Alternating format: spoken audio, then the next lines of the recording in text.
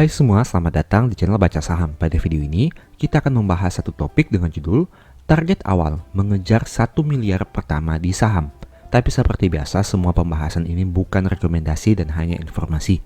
Ingat, kerugian kamu tanggung sendiri ya. Banyak praktisi saham yang mengatakan bahwa angka 1 miliar merupakan angka sulit yang butuh waktu dan usaha untuk mencapainya. Tapi apabila angka tersebut sudah dicapai, kedepannya akan jadi jauh lebih mudah. Apakah kamu sering mendengar perkataan itu? Bukan hanya dari satu atau dua orang saja, sudah banyak yang mengatakan hal demikian. Tentu saja yang mengatakannya adalah orang-orang yang sudah terbukti sukses, bukan hanya di saham tapi di bisnis mereka masing-masing. Pertanyaannya, kenapa angka 1 miliar itu sangat penting? Menurut saya, angka 1 miliar itu penting karena apabila kamu sudah punya portofolio sejumlah itu, keuntungan yang diperoleh sudah mulai terasa, baik dari sisi capital gain maupun dividen yang rutin diterima setiap tahun. Selain itu, apabila portofolio sudah 1 miliar, berarti seharusnya kamu sudah serius dengan pasar saham, karena dana yang ditempatkan relatif mulai besar. Jika dana kamu masih 10 juta, mungkin kamu masih bisa main-main di saham. Tapi jika dana kamu sudah 1 miliar, apakah kamu masih bisa main-main dengan uang sebanyak itu? Mungkin iya jika kamu anak sultan. Tapi jika masyarakat biasa, tentu uang itu sudah termasuk cukup besar. Ibaratnya uang 1 miliar itu sudah relatif cukup untuk dibelikan rumah. Artinya dana yang kamu tempatkan di saham sudah setara dengan dana pembelian rumah, meski tidak semua rumah juga bisa dibeli dengan uang 1 miliar. Pertanyaannya, apakah kamu pernah berpikir untuk main-main saat membeli rumah? Jika tidak, hal yang sama juga tentu akan kamu lakukan saat membeli saham dengan nominal yang sama besar. Jika dana kita masih relatif kecil, misalnya 10 juta, keuntungan 100% setiap tahun juga hanya membuat portofolio tumbuh menjadi 20 juta. Tapi bagi mereka yang dananya sudah 1 miliar, keuntungan 10% saja sudah menghasilkan uang tambahan 100 juta. Angka yang sudah mulai menarikkan. Untuk lebih jelasnya, mari simak tabel berikut ini. Pertama, dari sisi capital gain. Jika misalnya dana kita adalah 1 miliar rupiah, jika kita mendapatkan capital gain 5% saja, maka itu artinya sudah setara dengan 50 juta. 10% 100 juta, 15% 150 juta, dan 20% 200 juta. Jika kita membagi angka ini ke dalam waktu 1 bulan, artinya kita bagi 12, maka untuk per bulannya dengan nominal 50 juta kita memperoleh sekitar 4,1 juta. Nominal 100 juta, kita memperoleh uang bulanan 8,3 juta. 150 juta setara dengan 12,5 juta per bulan, dan 200 juta setara dengan 16,6 juta per bulan. Capital gain tentu jauh lebih sulit dicapai dengan konsisten dibandingkan dividen, karena capital gain butuh skill, sedangkan dividen cenderung tidak butuh skill. Kamu ingat juga, apabila bisa capital gain, bisa juga capital loss. Artinya, meski kamu di satu sisi bisa memperoleh keuntungan yang besar, tapi di sisi yang lain ada juga potensi risiko yang siap membayangi kamu. Jika kamu bisa memperoleh potensi keuntungan 100 juta, artinya di saat yang sama kamu juga bisa memperoleh potensi kerugian 100 juta. Sedangkan untuk dividen cenderung lebih tidak butuh skill dan lebih aman, karena setiap orang yang memiliki saham yang sama akan memperoleh dividen yang sama. Tidak semua orang yang beli saham yang sama dapat capital gain yang sama, karena tergantung skill yang kamu miliki. Bisa saja harganya sama, sahamnya sama, tapi keuntungan yang kamu peroleh berbeda karena kamu menjual di harga yang berbeda juga. Tapi semua orang yang beli saham yang sama dapat dividen yang sama nilainya, alias dividen per share-nya sama dari pemegang saham yang satu ke pemegang saham yang lain, karena semua sudah ditentukan. Yang membedakannya hanya tergantung berapa lot yang kamu miliki. Nah, tapi menariknya, apabila kamu mampu menghasilkan capital gain yang konsisten setiap tahun, katakanlah hanya 10% sampai 20% saja. Jika dibagi 12, angka per bulan yang tadi kita katakan sudah sangat menarik karena bisa setara dengan pendapatan dari gaji bulanan seorang pegawai kantoran, misalnya saja sekitaran 10 juta rupiah per bulan. Tanpa kamu harus pergi ke kantor, kamu memperoleh capital gain yang konsisten di saham hanya dengan modal 1 miliar saja, ternyata sudah bisa memberikan kehidupan yang cukup nyaman. Meskipun ingat, setiap orang punya standar hidup yang berbeda-beda. Ada yang menganggap uang 10 juta itu kecil, ada juga yang menganggap uang 10 juta itu per bulan sangat besar. Kedua, kita bahas dari sisi dividen. Masih dengan konsep yang sama, dengan dana 1 miliar, jika dividen yield-nya 3%, kamu memperoleh dividen sekitar 30 juta setahun. 5% 50 juta, 8% 80 juta, dan 10% 100 juta. Itu artinya jika dibagi 12, angka dividen yield 3% setara dengan pendapatan 2,5 juta per bulan. 5% setara dengan 4,1 juta per bulan, 8% setara dengan 6,6 juta per bulan, dan 10% setara dengan 8,3 juta per bulan. Dividen adalah uang gratis yang rutin diterima setiap tahun. Dan ingat, apabila kamu tetap memiliki sahamnya, itu berarti setiap tahun kamu berpotensi menerima dividen yang berulang dari perusahaan. Tentu saja, di tahun ke depan, seharusnya dividen yang diterima akan semakin besar jika perusahaan berhasil mencetak laba yang semakin besar dan memiliki payout ratio yang sama. Apabila nominal dana sudah mencapai 1 miliar, paling tidak kita bisa mencapai dividen yang setara dengan UMR setiap bulan. Ini menarik karena dividen merupakan uang gratis yang akan kamu terima secara rutin. Itu artinya tanpa kamu harus melakukan apapun, baik itu jual ataupun beli, kamu hanya diam saja dengan saham yang kamu miliki, dividen akan rutin disetorkan ke rekening kamu setiap tahun apabila perusahaan mengambil keputusan untuk membagi dividen di tahun tersebut. Nah, saya mau bahas sekilas tentang dividen yield. Kamu bisa lihat di sini. Biasanya untuk saham yang membagi dividen yield sekitaran 3% merupakan saham-saham besar yang dividennya tidak terlalu menarik. Contohnya saja seperti BBCA. Untuk dividen yield 5% merupakan saham blue chip yang bagi dividen rata-rata setiap tahun. Misalnya seperti BRI, Mandiri, BNGA, TLKM. Untuk saham dengan dividen yield 8% biasanya merupakan saham bank daerah dan beberapa saham besar yang harganya turun signifikan. Misalnya seperti BJTM, BJBR, dan ASI. Dividen yield 10% biasanya merupakan saham batubara yang rajin bagi dividen jumbo, misalnya ADRO, ITMG, dan PTBA. Nah, artinya dari angka dividen yield kamu lihat ini, berarti kamu tidak harus membeli saham yang aneh-aneh, tapi kamu bisa beli saham-saham yang sudah terkenal, yang sudah memiliki kinerja baik bahkan dalam waktu puluhan tahun, memiliki manajemen yang baik, valuasinya masih masuk akal, dan lain sebagainya. Kamu bisa memperoleh dividen hanya dengan membeli saham-saham tersebut, disimpan, dan rutin menerima dividen setiap tahun apabila perusahaannya mengambil kebijakan membagikan dividen. Dari simulasi tadi tentu angka 1 miliar sudah menjadi menarik bagi sebagian orang yang awalnya mulai membeli saham dengan dana terbatas. Meski begitu selalu ingat bahwa keuntungan berbanding lurus dengan potensi kerugian. Artinya kita tidak boleh hanya lihat enaknya saja, tapi kita juga harus sadar bahwa jika ada potensi resiko yang sama besarnya juga. Jika keuntungan 10% dari 1 miliar adalah 100 juta, berarti kerugiannya juga adalah 100 juta. Apakah kamu sudah punya mental yang cukup kuat untuk menghadapi apabila mengalami rugi 100 juta? Hal itu juga harus kamu pikirkan saat memutuskan untuk beli saham dengan modal yang relatif besar. Untuk mencapai angka 1 miliar tentu tidak mudah. Khususnya di saham, setidaknya ada dua hal yang harus dilakukan, yaitu menggulung keuntungan yang diperoleh setiap tahun dan tambah top up dana. Artinya kita butuh untuk profit konsisten setiap tahun dan rutin menambahkan dana setoran di portofolio. Idealnya kita harus melakukan dua hal itu agar portofolio bisa tumbuh dengan lebih cepat. Karena jika hanya melakukan salah satunya saja, maka hasilnya kurang optimal. Misal, dana awal kamu hanya 10 juta, meski profit konsisten 50% setiap tahun, yang mana hal itu sangat sulit terjadi dalam jangka panjang, pertumbuhan dana kamu akan cukup lama mencapai angka 1 miliar. Begitu juga dengan top up dana. Meski kamu rutin top up dana 50 juta setiap tahun, tapi kinerja portofolio tidak profit konsisten, hasilnya juga sama saja, di mana dana portofolio akan sulit tumbuh ke angka 1 miliar. Itulah alasannya butuh keduanya agar pertumbuhan portofolio bisa lebih optimal. Sebagai informasi, saya sudah membahas hal tersebut dengan lebih detail pada ebook Stock for Living. Apabila kamu tertarik untuk mengetahui pembahasan tentang compounding dengan lebih terperinci, mungkin ebook itu bisa bermanfaat. Info pembelian silahkan chat di nomor WA di akhir video. Oh iya, beberapa minggu yang lalu juga saya sempat membuat video yang membahas tentang bagaimana cara capital gain bisa berpengaruh lebih maksimal di portofolio. Apabila kamu tertarik mengetahui lebih lanjut, silahkan nonton video berikut ini. Video ini Mimin buat karena ada pertanyaan dari para subscriber. Bunyinya kira-kira seperti ini. Saya hanya mampu top up RDN 300.000 per bulan. Apakah saya harus langsung membeli saham simpanan setiap bulan tanpa kalkulasi?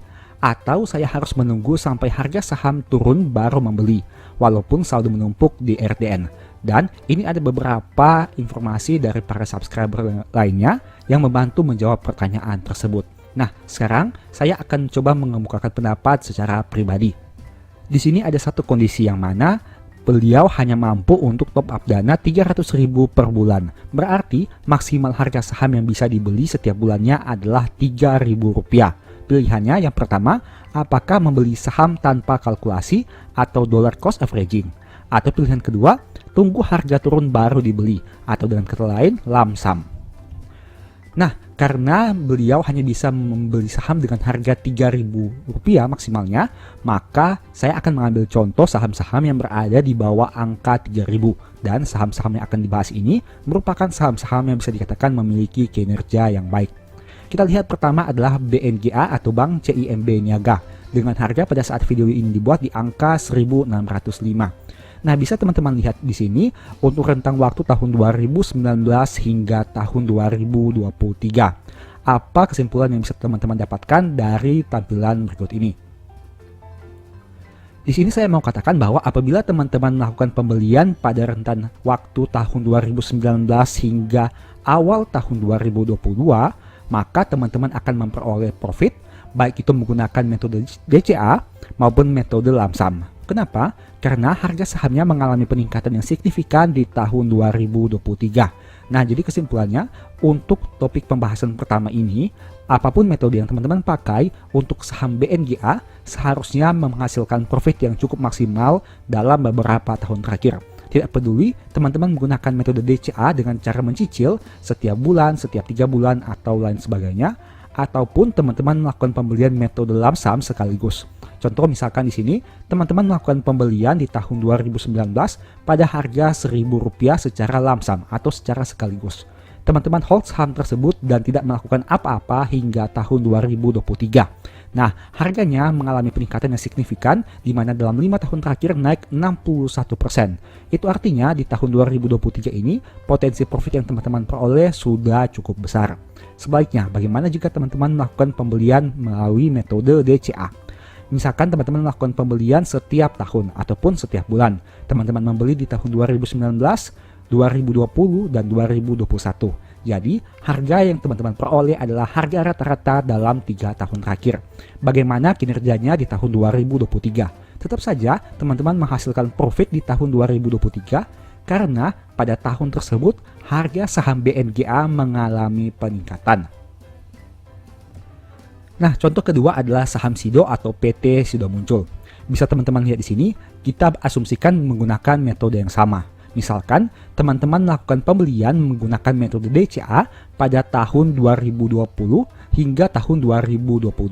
Nah, bisa teman-teman lihat di sini bahwa harga saham Sido tidak mengalami peningkatan yang signifikan atau bahkan mengalami penurunan. Meskipun dalam 5 tahun terakhir sebenarnya telah naik sekitar 68% ke angka Rp700. Bisa teman-teman lihat di sini, apabila teman-teman melakukan pembelian pada pertengahan tahun 2020 hingga tahun 2023, sebenarnya harga sahamnya tidak bergerak kemana-mana atau cenderung mengalami penurunan. Apakah teman-teman menggunakan metode DCA dengan membeli setiap bulan atau setiap tahun, ataupun teman-teman melakukan pembelian menggunakan metode lump sum sekaligus dengan nominal yang besar, tetap saja intinya harga saham Sido belum bergerak kemana-mana dan cenderung menurun.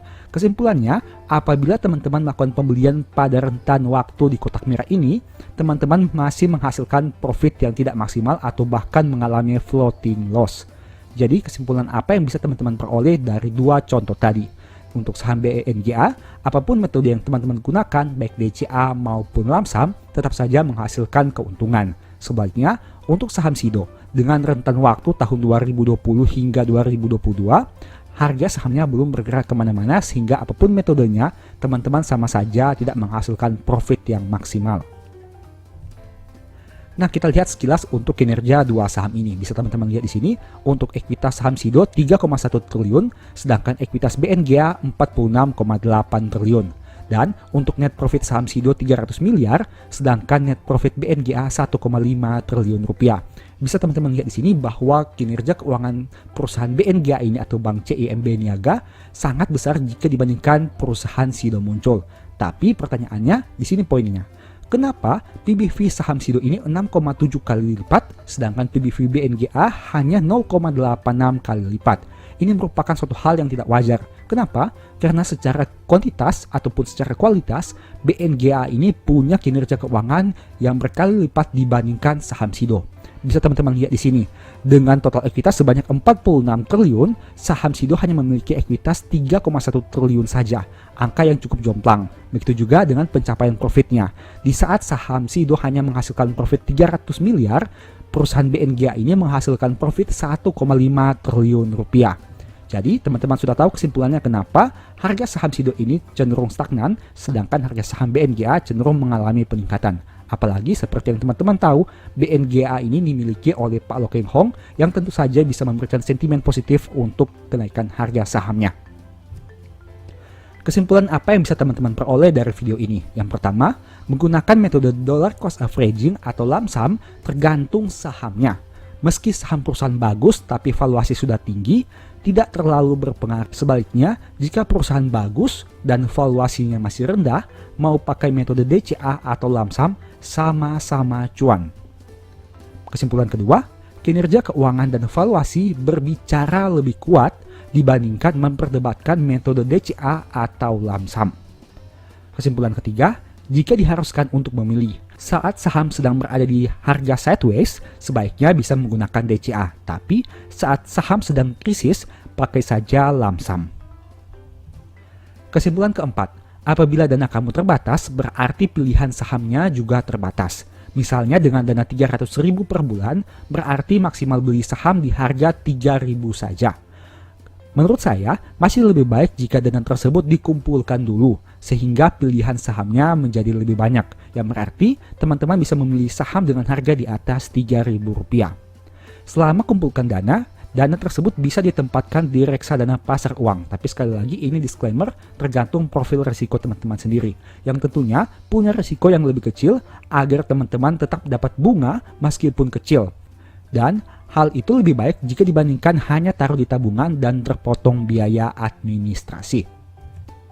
Kesimpulan ketujuh, upgrade skill dan potensi kamu sehingga nantinya bisa top up RDN dengan nominal yang lebih besar.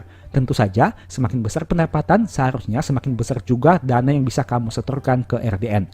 Dan kesimpulan ke-8, banyak sumber informasi gratis yang bisa kamu dapatkan sebagai bahan pembelajaran. Jadi, jangan perlu berkecil hati jika uang kamu masih terbatas, karena banyak informasi yang teman-teman bisa peroleh secara gratis. Ingat, apabila kamu berusaha, kamu pasti bisa memperoleh informasi tersebut. Di akhir video saya mau menyampaikan bahwa tetap semangat dan jangan pernah menyerah. Di mana ada kemauan, di situ ada jalan. Dari video tadi kita belajar bahwa teknik LAMSAM atau DCA sebenarnya tergantung kondisi. Kalau harga saham sedang turun signifikan dan kamu yakin harga sudah sangat murah, silahkan pakai LAMSAM. Tapi kalau kamu belum yakin dan memprediksi harga akan turun lagi, sebaiknya pakai DCA. Kedua metode ini ada kelebihan, ada juga kekurangannya. Tidak ada yang lebih bagus dan lebih jelek, karena semua tergantung kepada masing-masing individu. Lebih nyaman pakai yang mana dan lebih sering profit pakai cara yang apa. Kembali ke inti pembahasan video ini. Kalau kedua metode itu sama-sama ada kelebihan dan kekurangannya, lalu bagaimana cara kita bisa melipat gandakan portofolio di saham? Ingat, melipat gandakan yang dimaksud di sini adalah membuat nominal portofolio menjadi double atau naik 100% dari sebelumnya. Untuk mencapai hal ini sebenarnya ada beberapa kondisi yang perlu kamu ketahui. Mari kita bahas satu persatu dengan lebih detail. Pertama, waktu dan kemampuan. Kamu harus memberikan kesempatan kepada waktu agar portofolio bisa tumbuh dengan optimal hingga mencapai kenaikan 100%. Logikanya sederhana. Kalau setahun kamu bisa hasilkan 15%, berarti kamu butuh sekitar 5 tahun untuk bisa membuat portofolio tumbuh 1 kali lipat. Di sisi lain, kamu juga perlu memastikan bisa menghasilkan return 15% setahun agar di tahun kelima portofolio bisa jadi double. Tentu saja orang yang bisa menghasilkan profit 20% setahun akan jauh lebih cepat dibandingkan yang hanya bisa mencetak 15%. Tapi, bukankah pada akhirnya tetap bisa tercapai juga? Poin yang ingin saya tekankan di sini adalah tentang kesabaran. Kalau kemampuanmu masih newbie, belajar untuk lebih sabar. Jangan mau serba instan kalau return konsisten setiap tahun masih kecil. Kamu bisa lihat sini, dengan contoh dana awal 100 dan return 15%, di akhir tahun pertama dana kamu hanya 115. Tapi di akhir tahun kelima, dengan konsistensi itu dana kamu sudah tumbuh menjadi 201. Artinya tumbuh 1 kali lipat dari dana awal tanpa top up dana. Poin kedua, kontribusi profit di portofolio. Menghasilkan portofolio yang tumbuh 100% sebenarnya bisa dicapai dengan banyak kondisi seperti profit 100% sebanyak 1 kali, profit 50% sebanyak 2 kali, profit 25% sebanyak 4 kali, profit 20% sebanyak 5 kali, profit 10% sebanyak 10 kali, profit 5% sebanyak 20 kali, dan seterusnya. Jadi sebenarnya, di sini tidak peduli berapa persentase profit yang bisa kamu hasilkan dalam sekali jual beli, tapi seberapa konsisten kamu menghasilkan profit itu. Tidak ada gunanya kamu hasilkan profit 50% di transaksi pertama, tapi transaksi berikutnya malah rugi terus. Sebaliknya, meski kamu hanya profit 5% dalam sekali transaksi, tetapi apabila hal itu bisa konsisten dilakukan selama 20 kali, tetap saja portofoliomu bisa double.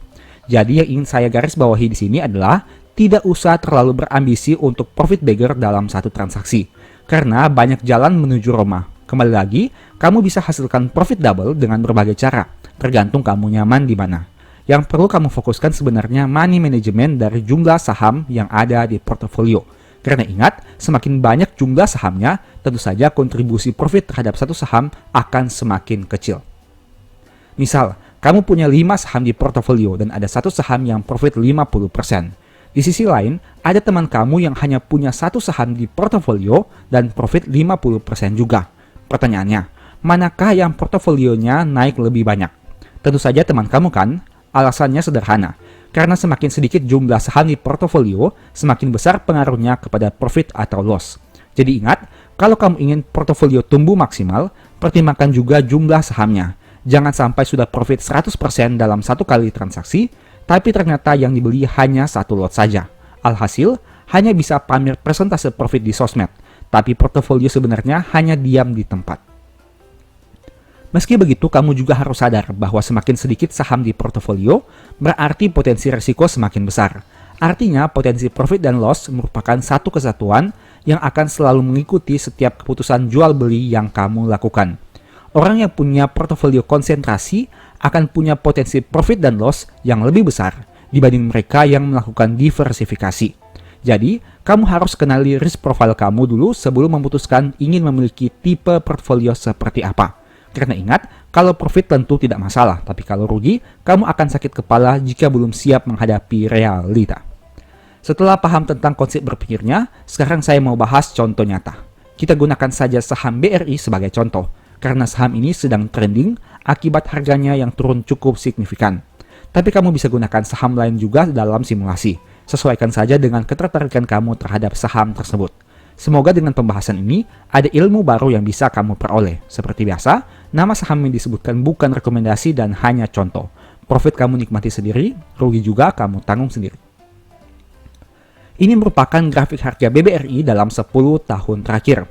Harga tertingginya sekitar 6 ribuan dan harga terendahnya sekitar 1000-an. Sesudah stock split, kamu bisa lihat untuk detailnya berdasarkan grafik yang ada di tampilan ini.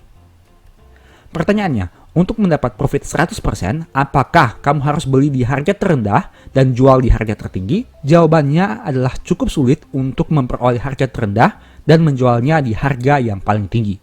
Seperti yang saya jelaskan tadi, untuk membuat portofolio tumbuh 1 kali lipat, tidak harus selalu dengan 1 kali transaksi dan langsung profit 100%. Ada banyak opsi yang bisa kamu ambil, di mana pada intinya yang penting portofolio bisa konsisten tumbuh. Pada contoh BRI, misalnya, kamu bisa hasilkan profit seperti tabel di bawah ini.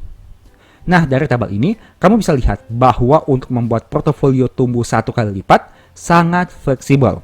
Pada tabel di samping kiri, kamu hanya transaksi 4 kali, tapi harus menghasilkan profit 20% ke atas. Tapi pada tabel di sebelah kanan, mungkin kamu harus transaksi 7 kali, tapi profitnya hanya 9% ke atas. Manakah yang lebih mudah? Itu tergantung kamu sendiri. Apakah menghasilkan profit di atas 20% dalam sekali transaksi, atau hanya profit sekitaran 9-25% tapi memiliki jumlah transaksi yang lebih banyak. Inti dari tabel ini adalah tidak peduli kamu profit berapa persen, tapi seberapa konsisten kamu bisa profit. Dengan kata lain, meski kamu harus mencapai 100 kali profit, tapi jika hal itu bisa dicapai dengan konsisten dan porto bisa tumbuh 100%, kenapa tidak? Dibanding kamu mengejar profit 100% sebanyak satu kali, tapi tidak dapat-dapat. Jadi, semua orang punya kemampuannya masing-masing. Pertajam saja kemampuanmu dengan risk profile yang siap kamu hadapi. Toh pada intinya, kedua simulasi ini menghasilkan profit sekitar 100%. Meskipun yang satu melakukan transaksi dengan keuntungan di atas 20% dan yang satu hanya melakukan transaksi dengan keuntungan di atas 9%. Data di tabel yang kamu lihat tadi, sekarang saya masukkan ke dalam grafik harga. Di sini kamu bisa lihat bahwa tanpa perlu berusaha menebak harga tertinggi dan terendah, potensi profit juga tetap sama besarnya. Gambar yang berwarna merah ini merupakan kita asumsikan harga beli, dan gambar yang berwarna hijau ini merupakan kita asumsikan harga jual. Teman-teman melakukan pembelian di sini, menjualnya di sini. Beli lagi di sini, jual di sini. Beli di sini, jual di sini, dan ini melakukan pembelian dan sampai saat video ini dibuat belum melakukan penjualan. Nah, dengan simulasi seperti ini saja, dalam 4 kali transaksi, mungkin profit kamu bisa 100%, tanpa perlu mencari 1 kali transaksi untuk menghasilkan 100%. Itu artinya semuanya tergantung kepada kamu.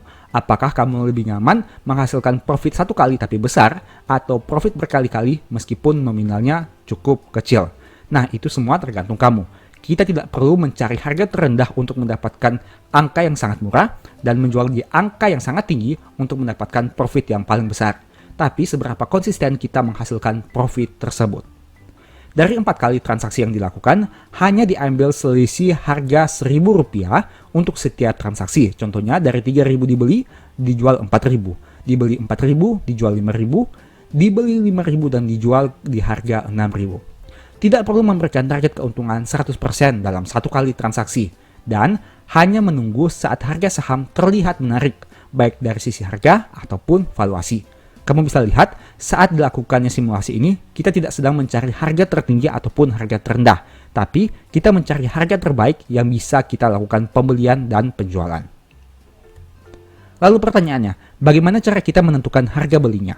Ada beberapa teknik yang bisa dilakukan, tapi di video ini saya hanya sharing 2 teknik saja. Pertama, dengan melihat histori PBV atau per perusahaan.